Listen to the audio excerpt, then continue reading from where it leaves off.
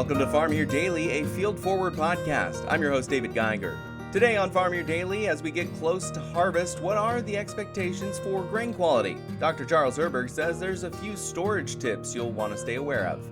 Please be sure to like and follow the podcast as well as our social media at Field Forward Pod. We would love to have you join our community, keeping folks informed about what is affecting our farmers. This is Farm Here Daily.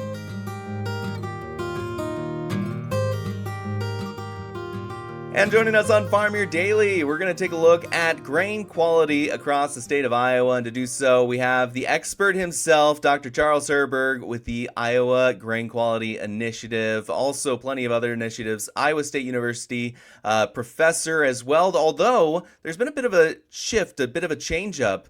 I think you announced retirement, but you're still getting lots of phone calls. Is that right? Yes, I am. I retired on June 30th after 48 years at Iowa State, but you're not gonna walk away. And so we're still kind of doing those kinds of things about working with the industry and the market until we get the program transitioned and so forth.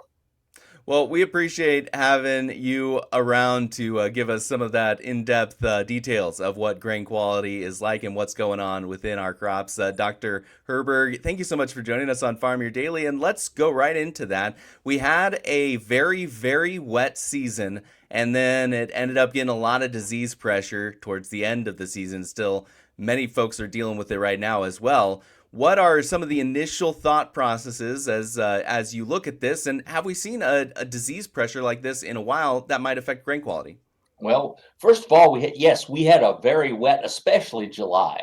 We had a very wet. I think Dr. Gleason has said that it's the second wettest July That's on right. record or something like that. I heard him tell me that the other day, and so it was a wet July, and then it turned right around on a dime. And we had a rather dry August. And that's, that rapid change is it's not the most comfortable for crops. And so I think we lost a little bit just on the rapid changes in temperature and moisture. We lost a little bit of crop strength in that regard for sure. And we then also had, I guess, an invasion, particularly in corn. We had an invasion late of the southern rust that has showed up, I think, in pretty much every county, particularly late in the season. I'm hopeful that it was late enough that it won't trim yields too much, we had the dry matter pretty well all deposited and probably won't lose too much. We probably will lose some stalk strength, however, and that will bear on grain quality a little bit later. So it was kind of a highly variable season, and almost the tail in August of two states, northern Iowa, which seemed to be getting more rainfall and more rain events, and then central southern Iowa that got virtually none. In August, and as we all know, August is the deal for soybeans, and so yeah, we had a highly variable season, and it will have some effect on grain quality. What are some of those effects? Take me through some of those steps of, are we going to just have lighter test weights? Are we going to have to watch for mycotoxins? Well, those are both good questions, and one's in almost every grain elevator's vocabulary right now. We probably will have a little bit less kernel fill. Kernels won't be as dense. The number of kernels is already fixed. Whatever we had, and so probably won't change that too much. The lighter kernels may clip a little bit of the test weight off. In the past 2 or 3 years, we've been very lucky. We've been getting 58 to 60 pound test weight corn, maybe even a little higher in places, that I don't think we'll see this year. Not so much. We'll be more in the 54 to 55 pound range for dry corn, which is not bad.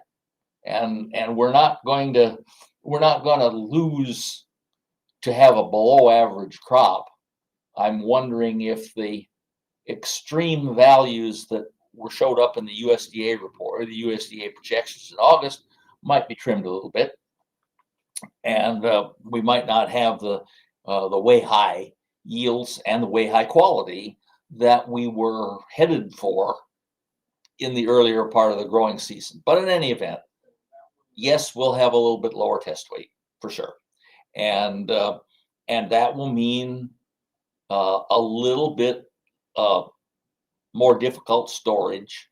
The kernels will be softer and they'll tend to mold a little bit faster than these 60-pound buckshot kernels that we've had in the last few years. And so that will make more storage problems. We will also be a little harder to dry because the higher the percentage of the white starch, that is the softer starch, the more the grain will hold on to its moisture. And it will probably take a little bit more gas to dry it.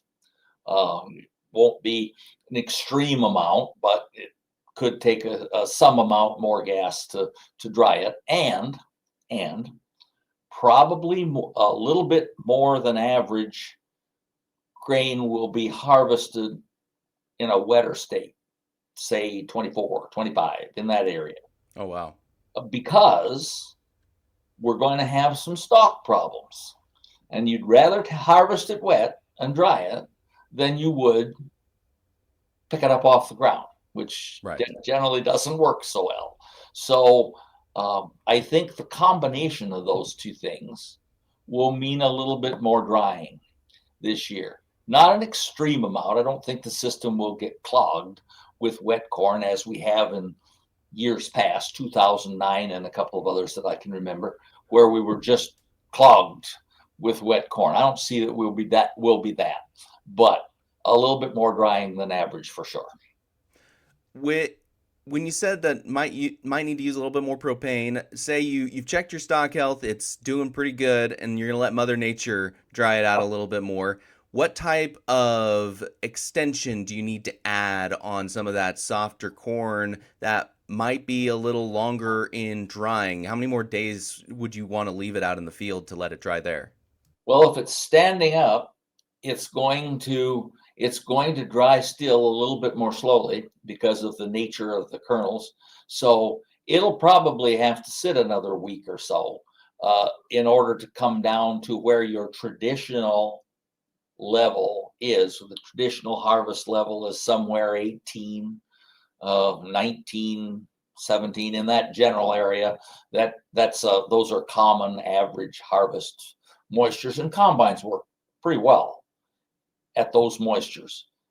Above and below that, they tend to either break the kernels or grind the cob, and either one makes things more difficult. So probably another week or so, and we hope that we don't get an adverse weather event in the meantime. Or the alternative is use propane. Just accept the fact that you may be drying it down a little bit more. Right. And you were just mentioning there that you have that idea of drier corn in years past, potentially. I know there's been some years where it's been extremely dry, and we were even seeing folks harvest 14% corn. Yes. And that causes dust issues, that causes general issues during harvest. But this year we do have that extreme amount of disease pressure, which is causing, especially with southern rust, causing a different kind of dust or dirty nature to some of the corn or some of the crop that's out there. How does that impact? I don't even know how you would look at that. What would be some issues or some challenges you would note coming from something like that? Well, first of all, we're going to have a lot of orange combines when we go through the fields, particularly those that are heavily infested with the southern rust. Right. It's not a field mold. That is a normal field deterioration mold on kernels. So I don't expect to see a great increase in the damaged kernels out of the field. But it will have the orange dust floating around quite a ways. Those people have worked on plots this year. They come out of the field and they're orange. They're wearing orange clothes, just like my shirt. It's the Oompa Loompa crop this year. Yes. So So anyway, but other than that, I don't think it will physically add a great deal of issues.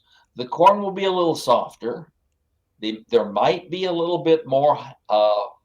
might be more breakage and handling. That depends on on the test weight. Those two things go pretty well hand in hand. Storage quality, handling breakage, and test weight kind of go hand in hand. Test weight's the best indicator we have of handling quality, and so probably more dust and more broken kernels. Probably not enough that we'll have a real problem with it. And for some uses, it doesn't really make that much difference, to be honest. Uh, the first thing an ethanol plant does is grind it. So it won't be a real problem. In fact, the softer kernels may be a boon to fermentation, just the fact that they are softer and take up water faster. So there could be some impacts on user quality, but mainly it's a storage issue, and we're going to lose a little test weight along the way, and have probably some broken lodge corn out of it. Speaking of storage, then, what are your initial tips without having seen the harvest really start rolling out? What Right. are you recommending for farmers to do immediately upon getting that harvest in? Where should their corn go? Where should their beans go? Where are you expecting things to work out better? First of all, it's probably going to be dry. Well, it's probably going to be, excuse me, it's probably going to be warm. Look at the weather forecast for the next 8 to 10 days. That's warm, and maybe wet. It's not uncertain as far as whether the rainfall will be above or below normal, but above normal in temperature is pretty high chance of that. So the um, the corn will come out of the field warm. Cool it immediately. Don't hold wet corn. That I would, the first thing I would say is don't be holding wet corn any longer than you have to in order to get it cool. Now, the benefit on the drier weather is that the dew points will be quite low, and at that point, that gives you a lot of cooling capability. Don't let corn sit on trucks and wagons very long. It's a little softer, probably will heat up a little bit more by itself, as well as the fact that it's warm. So get it cool quickly. Actually, it's generally true that the things that happen right at harvest are the most important things to prevent spoilage when you least want it next spring, next summer, hot spots during the year that upset your marketing plans and upset users as well. Heated up corn doesn't work well in ethanol. So, and it doesn't work well in feed. You asked earlier about mold and mycotoxins. I don't think, I could be wrong because the weather will make a liar out of you most every year, Right. and it has on several occasions. But Especially here. yes, but with the medium term forecast that we have, it does not look like we're going to have a high probability of toxins in the field. If it would turn off cool and wet, we might be looking at vomitoxin. But the forecast is not for that. So I don't think we'll have a big toxin year. Not to say that if you are a user, you shouldn't do the usual due diligence and check a few times in the early harvested corn. And the FGIS, the Grain Inspection Service, has the capability to do the four major mycotoxins that are normally found in corn. That would be aflatoxin, vomitoxin, fumonisin, and deoxynivalenol. Or no, excuse me, zearalenone. I already got the deoxynivalenol because that's vomitoxin. But they can do that. I don't know what the test costs, maybe $50 or something like that. Um, that would be good insurance. I don't think we'll have a problem because the weather hasn't been particularly favorable during the grain fill period and doesn't look like it will be. When looking at scouting, as you were just talking about there, As you analyze your fields, as you look at your fields, you only have so much time during harvest to get out and about to do those types of things. Hmm. What would be the focus fields first for disease pressured fields, for just the fast growing ones that might have a bit of weaker stocks, or do you have recommendations there as well? Well, the first fields I would look at are the fields that throughout the season look like they may have a stalk strength problem, because at that point, they've been stressed, and you would kind of be more logically with field mold as well. I mean, that kind of goes together. If you have weaker stalks, you're going to have weaker plants and will tend to be uh, infected by mold. Now, if we have dry, somewhat warm weather, we probably won't have it anyway, have field mold anyway. But I would use your field notes and so forth to look for the ones that appear to be have broken tops and have more broken kernels just on a visual inspection. Scout those first.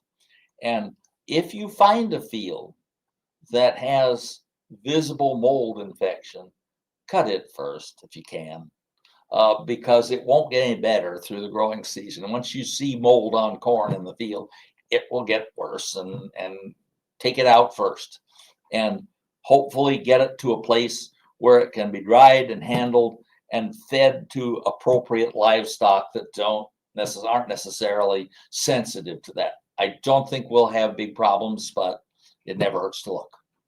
This is Farm Your Daily. We will continue this conversation in just a moment, but first, let's take a look at the marketplace. And there was some negative trade going on in the Tuesday market close. December corn 2 cents weaker, 4.19 and 3/4. March falling 2 cents as well, 4.37 and a half. Soybeans in November 2.5 cents lower, 10.31 and a quarter, with January falling 2 and a quarter at 10.50 and a half. Soybean meal in October $5.80 a ton, in the green, $287.70. Soybean oil in October a penny lower, $49.93 a pound. December wheat 3.5 cents down, 5.20 and a quarter, with March falling 3.5 as well, 5.37 and 3/4. Hard red winter wheat in December 7 cents lower, 5.10 and a quarter, with March 6 3/4 down at 5.31. In the livestock market close for Tuesday, there was also red across the board. October live cattle $5.62 a hundredweight in the red, $230.17. December falling $6.40 at $231.17. Feeder cattle in September $9.25 a hundredweight down, $351.70. October falling $9.25 at $349.92. Lean hogs in October 97 cents a hundredweight higher, $96.12, with December falling 30 cents a hundredweight at $87.85. That is the Tuesday market close. This is Farm Your Daily.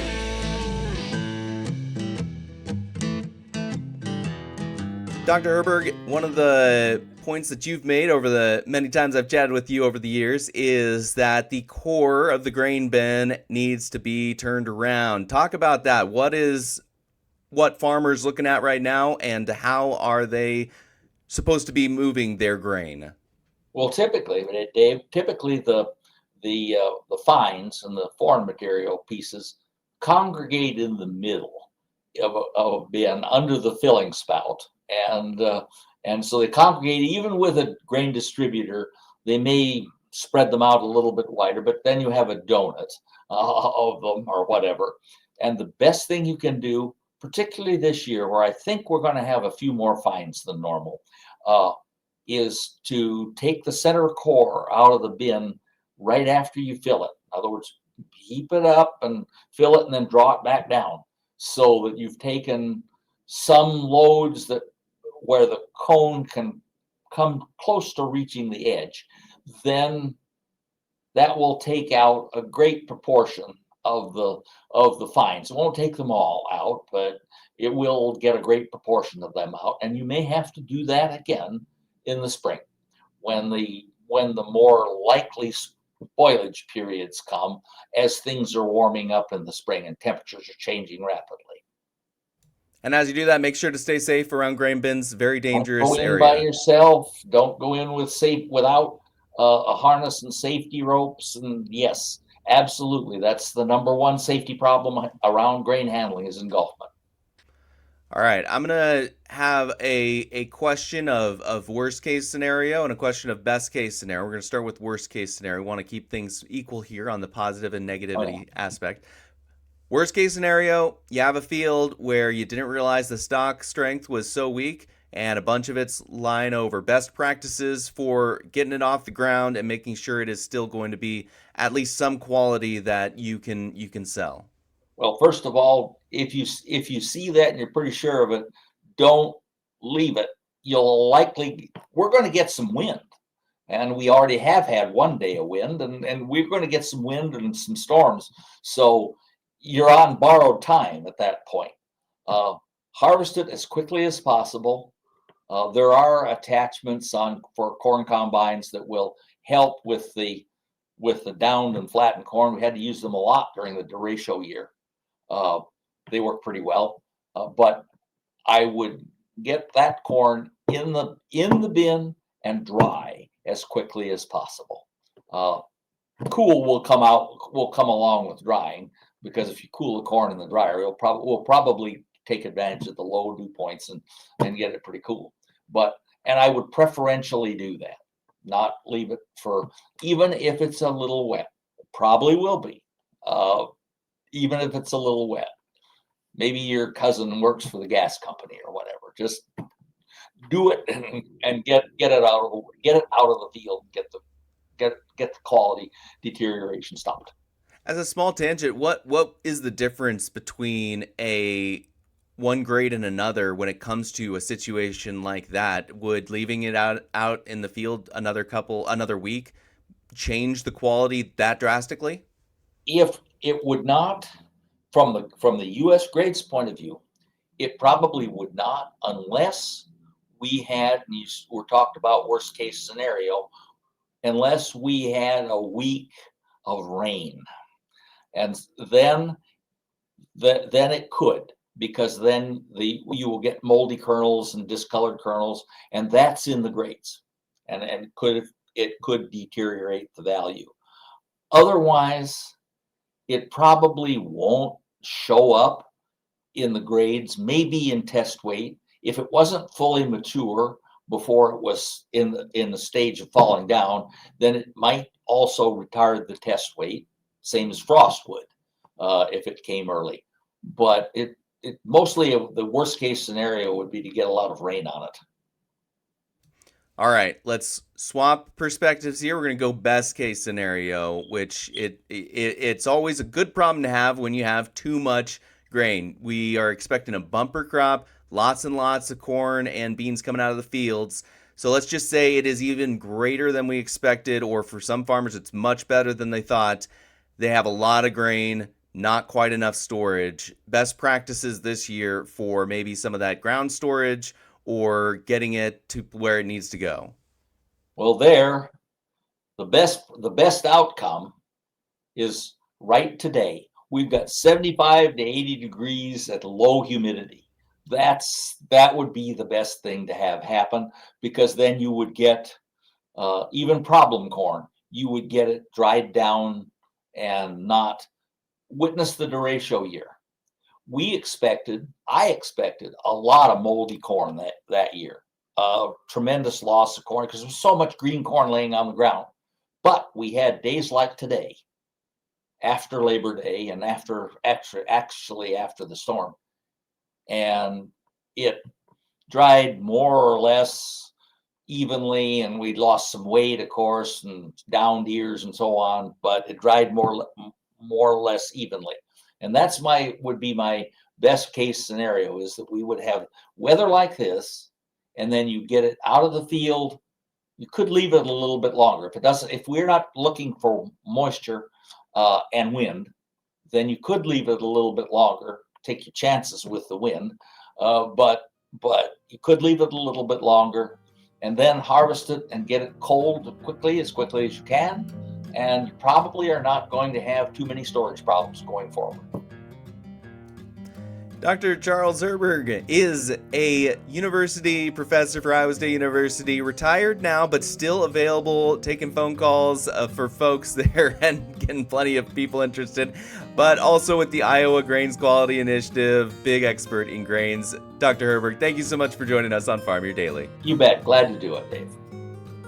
This is Farm Your Daily, a Field Forward podcast. Thank you so much for listening. Again, in order to continue to produce this type of local content, we would love to have you join our community. So please follow the podcast as well as our social media channels at Field Forward Pod. You can also find me on social media at Geiger Reports. Again, I am your host, David Geiger, and I'll be back again tomorrow, everybody.